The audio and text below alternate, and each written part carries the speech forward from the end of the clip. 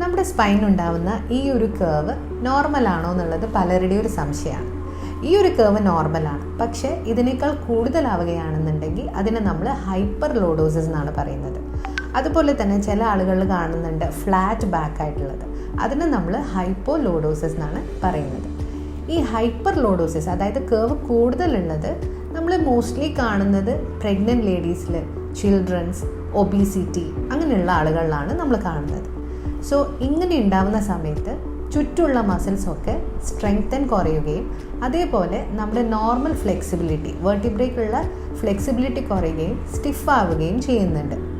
ഇനി hypo lordosis ആണെന്നുണ്ടെങ്കിൽ അത്ലറ്റ്സിലും office വർക്കേഴ്സിലൊക്കെയാണ്, അങ്ങനെയുള്ള ആളുകളിലാണ് നമ്മൾ കാണുന്നത്. അതുപോലെ തന്നെ മുന്നേ എപ്പോഴെങ്കിലും എന്തെങ്കിലും ട്രോമ, ഇഞ്ചുറി ഒക്കെ ഉള്ള ആളുകളിലും നമ്മളിത് കാണുന്നുണ്ട്. സോ ഇതിനുള്ള പ്രതിവിധി എന്ന് പറയുന്നത് സ്ട്രെങ്തനിങ് എക്സസൈസും സ്ട്രെച്ചിങ് എക്സസൈസും ഒക്കെ തന്നെയാണ്.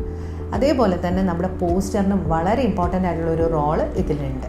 ഇനി ഇതിനോടൊപ്പം പെയിനോ നംനെസ്സോ അല്ലെങ്കിൽ കൂടുതലായിട്ട് ടൈറ്റ്നസ്സോ ഫീൽ ചെയ്യുകയാണെന്നുണ്ടെങ്കിൽ ഒരു ഡോക്ടറെ കണ്ട് നിർദ്ദേശം അനുസരിച്ചിട്ടുള്ള ട്രീറ്റ്മെൻറ്റ് എടുക്കേണ്ടത് അത്യാവശ്യമാണ്.